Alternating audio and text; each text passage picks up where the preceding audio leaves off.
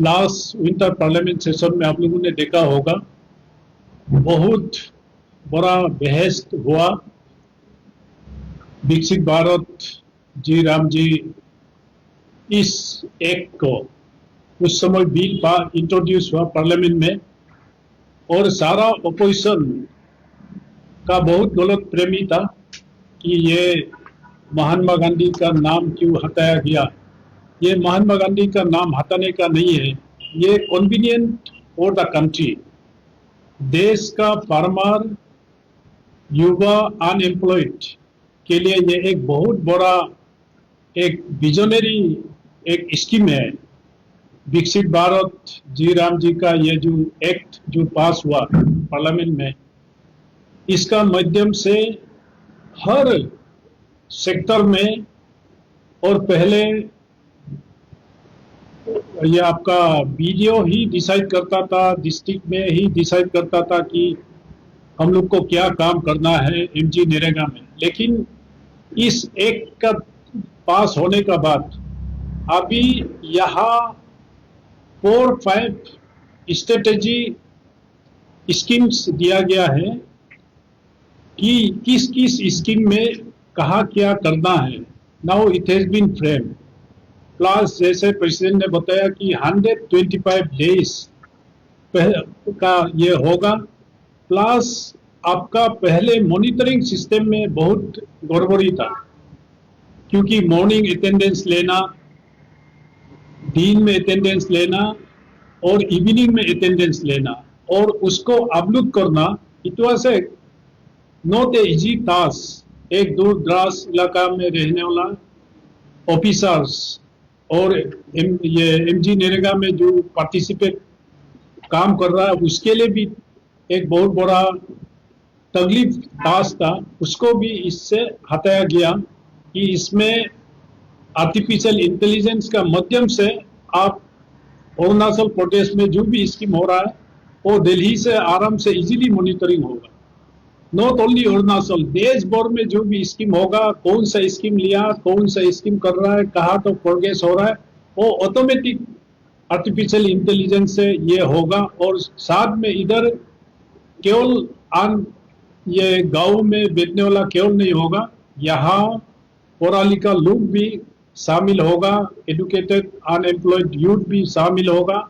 साथ में इतना ट्रांसपेरेंसी एक बिल लेके एक पास हुआ under the leadership of Narendra Modi ji, और हमारा एग्रीकल्चर मिनिस्टर्स ने भी इसको पार्लियामेंट में अपोजिशन ने इतना डिस्टर्बेंस होने का बावजूद भी लगभग 2 घंटा एक्सप्लेन किया, जिसको देश भर ने सुना और देश का हर नागरिक ने सुना। तो इसलिए ये एक स्कीम है और एक ऐसा बिल पास हुआ है जिसमें हिमालयन बेल्ट एंड पूर्वोत्तर राज्यों के लिए 10-90 रेशियो है और बाकी मेजर स्टेट के लिए 60-40 रेशियो है। तो हम लोग के लिए स्पेशली पूर्वोत्तर राज्यों के लिए और हिमालयन बेल्ट के लिए ये एक बहुत बड़ा एक अच्छा स्कीम है। तो इसलिए मैं अरुणाचल प्रदेश वासियों को भी ये कहना चाहूंगा, विकसित भारत जी राम जी स्कीम में हर कोई भाग लेने के लिए तैयार रहना है, और इसमें दूर दराज इलाका में भी स्कीम के आधार पे ये विकसित भारत जी राम जी स्कीम जो है लागू होगा, जिसमें कॉमन मासेस को भी बेनिफिट होगा और अनएम्प्लॉयड लोगों को भी बेनिफिट होगा।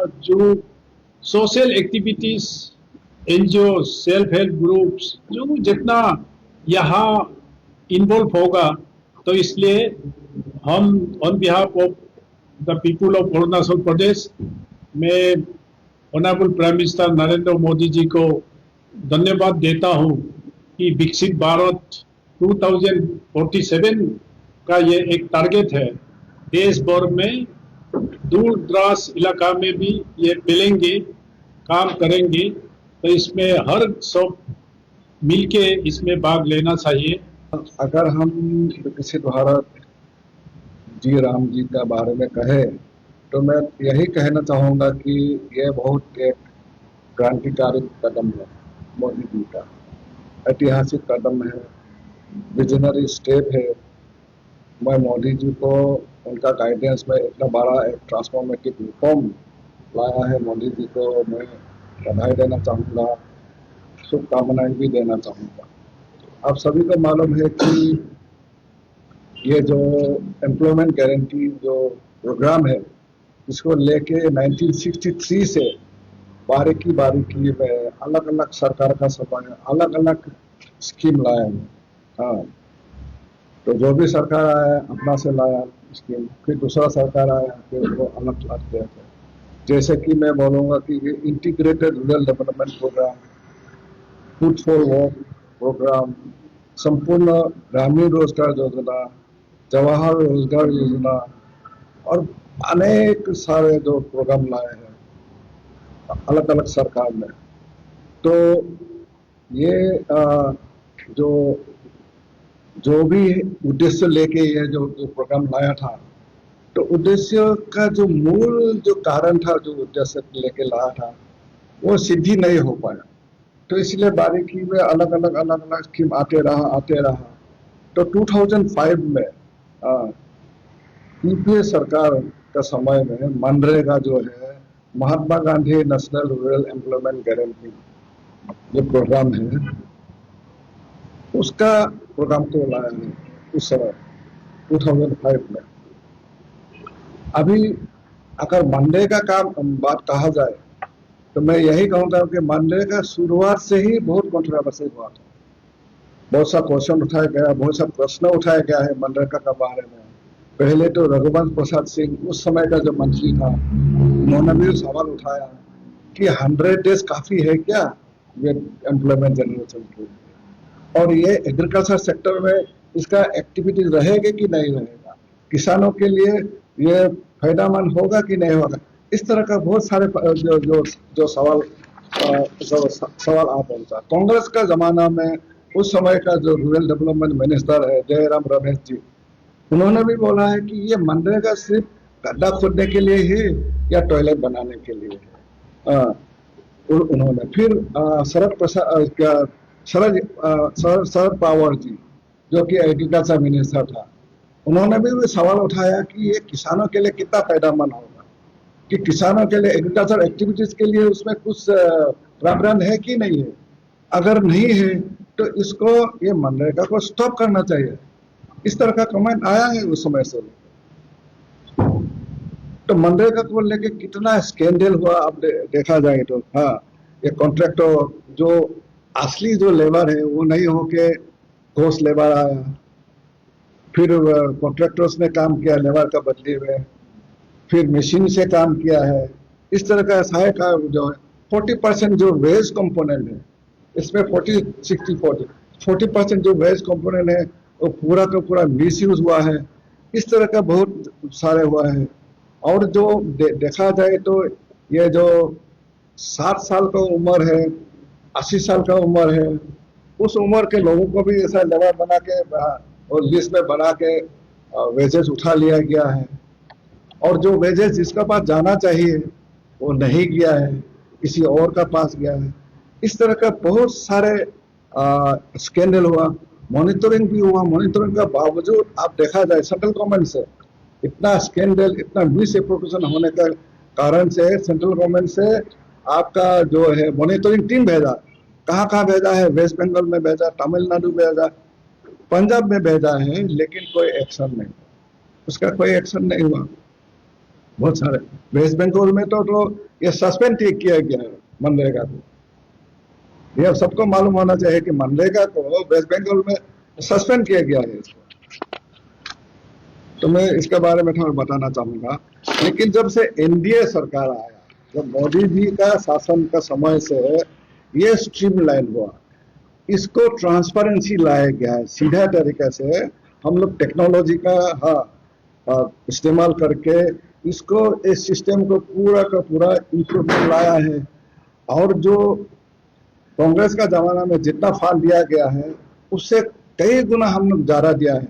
उसका आंकड़ा देखा जाए तो 2006-7 से 2013-14 कांग्रेस का समय था। उस समय कितना था उनका धनराशि, उनका हाँ 2.12 लाख करोड़ था उनका धनराशि व्यय किया उस समय इस मनरेगा के लिए। और उसका यूपीए एनडीए सरकार का समय में 2014-15 टू 2025-26 में 8,48,00,000 करोड़ स्पेंड किया गया है मोदी जी का नेतृत्व में, इस तरह का है। और मोर देन 25 करोड़ लोगों को ये पॉवर्टी लेवल से बाहर निकाला है। ये हमारा मनरेगा का समय में हमारा जो, और जुडिशियस डिस्ट्रीब्यूशन नहीं था। तो बड़ा बड़ा स्टेट है जो डेवलप स्टेट है उसको ज्यादा फंड दिया गया है। इस तरह का भी उदाहरण है, बहुत सारे उदाहरण है जो, और जो बहुत अच्छा लोग हैं जो सिटीज में बैठे हैं, टाउन में बैठे हैं, वो कभी कभी गांव में जाके लेबर वेजेस ड्रॉ करता रहा। इसका भी उदाहरण है इस तरह का। हाँ, तो ये सब देख के बीजेपी सरकार का समय में कुछ सालों से मोदी जी का नेतृत्व, मोदी जी का गाइडेंस में समय समय में बहुत चर्चा हुआ कि मनरेगा सही मायने में जो निजी स्तर के जो लोग हैं, लेबर क्लास के जो लोग हैं, किसानों के लिए यह फायदेमंद है कि नहीं, तो इसमें सुधार लाना होगा कि नहीं होगा। तो आफ्टर एक्सटेंसिव डेलिबरेशन यह निर्णय लिया गया है कि इसमें सुधार लाना चाहिए, इसमें एक रिफॉर्म लेना चाहिए मोदी जी का गाइडेंस में। तो वो रिफॉर्म कैसे लाया गया है कि रिफॉर्म अभी आ पहुंचा है, ये बिल पास भी हो चुका है, विकसित भारत जी राम जी। अभी जी राम जी क्या है, विकसित भारत जी राम जी क्या है, उसको हमको जानकारी होना। जी राम जी क्या है, ये प्रो वर्कर है, प्रो डेवलपमेंट है, फोकस ऑन विलेज ट्रांसफॉर्मेशन, गांव का ट्रांसफॉर्मेशन के लिए ये जो है ये 100 डेज सिर्फ था पहले। अभी हम लोग ने बीजेपी सरकार ने 125 डेज गारंटी दे रहा है। 125 दिन हो गया, 100 दिन से 125 दिन हो गया है इसको। इस कानून को बाहर और बजटरी प्रोविजन भी ज्यादा कर दिया गया है इसके लिए। तो कांग्रेस का जमाना में इसका एलोकेशन 33,000 करोड़ तक गिर गया था, लेकिन प्राइम मिनिस्टर मोदी जी का समय में, कोविड का समय में भी, कोविड-19 में भी 1.11 लाख करोड़ वाज स्पेंड, खर्चा किया गया। कोविड का समय में भी 1,11 करोड़ खर्च किया गया है कोविड का समय में। और गया साल मैं बोला 2025 में 88,000 करोड़ एलोकेट किया है, 88,000 करोड़, लेकिन एक्चुअल खर्चा हुआ है 1 करोड़, 88,000 करोड़, और एक्चुअल खर्चा किया गया है 1 लाख करोड़, यानी कि ज्यादा, जितना एलोकेट किया है उससे ज्यादा हम लोग खर्चा किया है। इस तरह का है जो मोदी सरकार का समय है। तो अभी ये साल भारत सरकार ने मोदी जी का नेतृत्व में यह तय किया गया है कि 1,51,282 करोड़ प्रपोज किया गया है कि विकसित भारत जी राम जी के लिए। उसमें से 95,600 करोड़ कंट्रीब्यूशन दिया जाएगा सेंट्रल गवर्नमेंट द्वारा, और बाकी जो है स्टेट गवर्नमेंट देगा। वो भी कैसे देगा मैं आपको बताना चाहूंगा। तो इसीलिए ये जो प्रोग्राम है ये सिर्फ गड्ढा खोलने के लिए नहीं है, ये हमारा जो आम जनता है, जो लेबर क्लास है, निजी स्तर के लोग हैं, किसानों के हैं, उसका भला के लिए है। Development India through development villages है। ये जो लंबे समय का जो लक्ष्य है, विकसित भारत, विकसित गांव, स्वावलंबी गांव बनाना है, यही हमारा लक्ष्य है। और इसमें क्या क्या है काम का जो है, ये जो काम जो किया जाएगा, ये सरकार तय नहीं करेगा, स्टेट गवर्नमेंट तय नहीं करेगा, ये ग्राम सभा और ये जो ग्राम पंचायत ये तय करेगा क्या क्या स्कीम लेना है, नहीं लेना है, यही तय करेगा। काम का तय करे वही तय करेगा। और ये जो है काम जो 4 कैटेगरीज में इसको काम को डिस्ट्रीब्यूट करेगा। 4 कैटेगरीज के क्या काम का प्राथमिकता है 4 कैटेगरी में। 4 कैटेगरी क्या है? ये जो वाटर कंजर्वेशन, जल संरक्षण जो जिसको कहता है कि अमृत सरोवर जैसा है, ऐसे पौंड खाना जाएगा, चेक डैम बनाया जाएगा, वाटर हार्वेस्टिंग किया जाएगा, इरिगेशन स्ट्रक्चर बनाया जाएगा, और विलेज जो इंफ्रास्ट्रक्चर है, जो गांव का इंफ्रास्ट्रक्चर, जो गांव का इंफ्रास्ट्रक्चर, उसमें सड़क बनाया जाएगा, ड्रेन बनाया जाएगा, ब्रिजेस बनाया जाएगा, पुल बनाया जाएगा, स्कूल बनाया जाएगा, हॉस्पिटल बनाया जाएगा, आंगनबाड़ी बनाया जाएगा। और ये सब बेस्ड ऑन लोकली जो दरकार होगा वही करेगा। और 3 नंबर में है कि हाँ, जो रोजगार बनाने का साधन है, लाइवलीहुड सपोर्टिंग इंफ्रास्ट्रक्चर है, सेल्फ हेल्प ग्रुप के लिए, फार्मर्स प्रोड्यूसर्स ये जो ऑर्गेनाइजेशन के लिए है, उसके लिए क्या ये फैसिलिटी दिया जाएगा, उसके लिए स्टोरेज फैसिलिटी दिया जाएगा, इनकम जनरेटिंग से दिया जाएगा उनके लिए। तो और है क्या है, डिजास्टर मैनेजमेंट काम के लिए भी, हाँ, आपदा प्रावधान के लिए भी है, जो जैसे कि रिटेनिंग वॉल दिया जाएगा, जैसे कि फ्लड कंट्रोल दिया जाएगा, जैसे ड्रेनेज दिया जाएगा, वाटर लॉगिंग प्रिवेंशन दिया जाएगा, इस तरह का है। In addition to all this thing, इसका उपरांत में 125 दिन का एम्प्लॉयमेंट गारंटी दिया जाएगा, 125 दिन का गारंटी दिया जाएगा।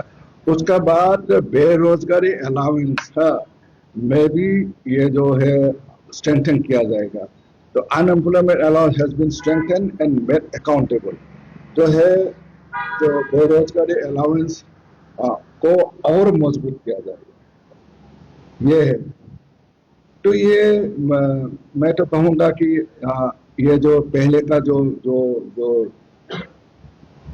करप्शन था, अभी ट्रांसफर लाया गया है, और जो अगर डिलेड पेमेंट होगा, देर से पेमेंट होगा, उसके लिए भी पेनल्टी दिया जाएगा। This is also mandated in the provision, it's mandated.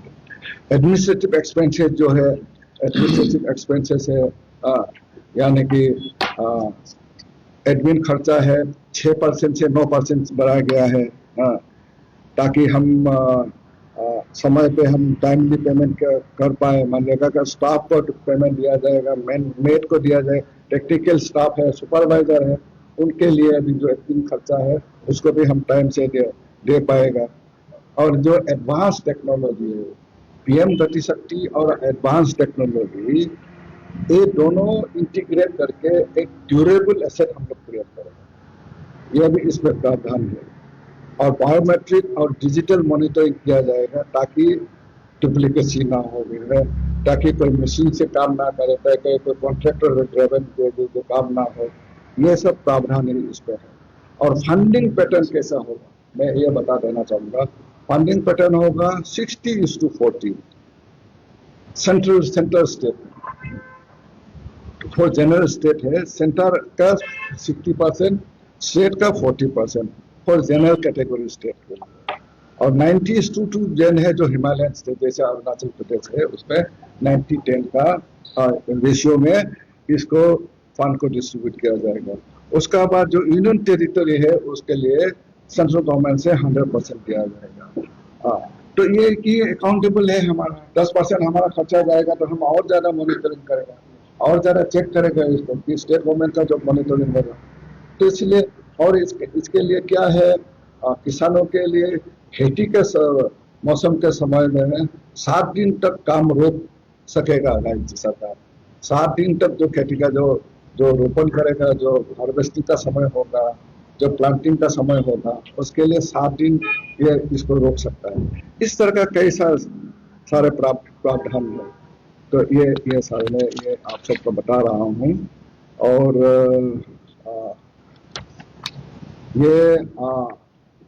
और ये स्कीम क्या इंश्योर करेगा, वेजेस फॉर वर्कर, जो वेजेस है पूरा का पूरा इंश्योर करेगा।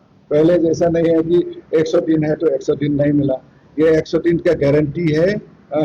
अगर ये दे नहीं पाएगा तो डिले जो कंपेंसेशन भी दिया जाएगा, इस तरह का है। डेवलपमेंट ऑफ विलेजेस, गांव का विकास के लिए होगा। पॉवर्टी फ्री एम्प्लॉयमेंट नीड्स सब रूरल एंड रूरल कम्युनिटी, सभी का विकास के लिए ये जो है स्कीम इंश्योर करेगा और लाइवलीहुड क्रिएट करेगा। कन्वर्जेंस अदर स्कीम का साथ कन्वर्जेंस करके इसको लाइवलीहुड क्रिएट करेगा। इस तरह का जो हमारा जो है प्रावधान है।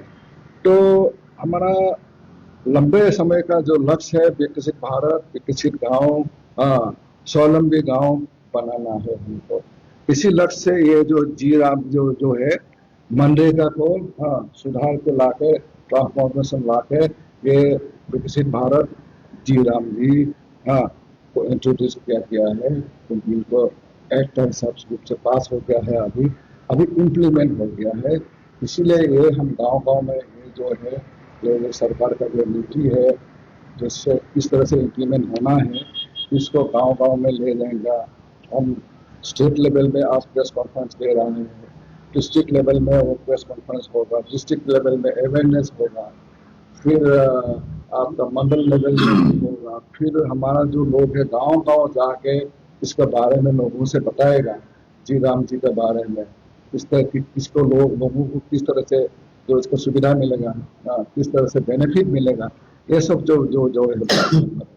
तो इसका प्रतिक्रिया यही है कि विपक्ष असहज लेकिन पीएम मोदी का ऐतिहासिक सुधार, तो यही है मूल मंत्र में। तो मैं फिर दोबारा में एक ऐतिहासिक ट्रांसफॉर्मेशन लाया है मोदी जी, प्राइम मिनिस्टर मोदी जी।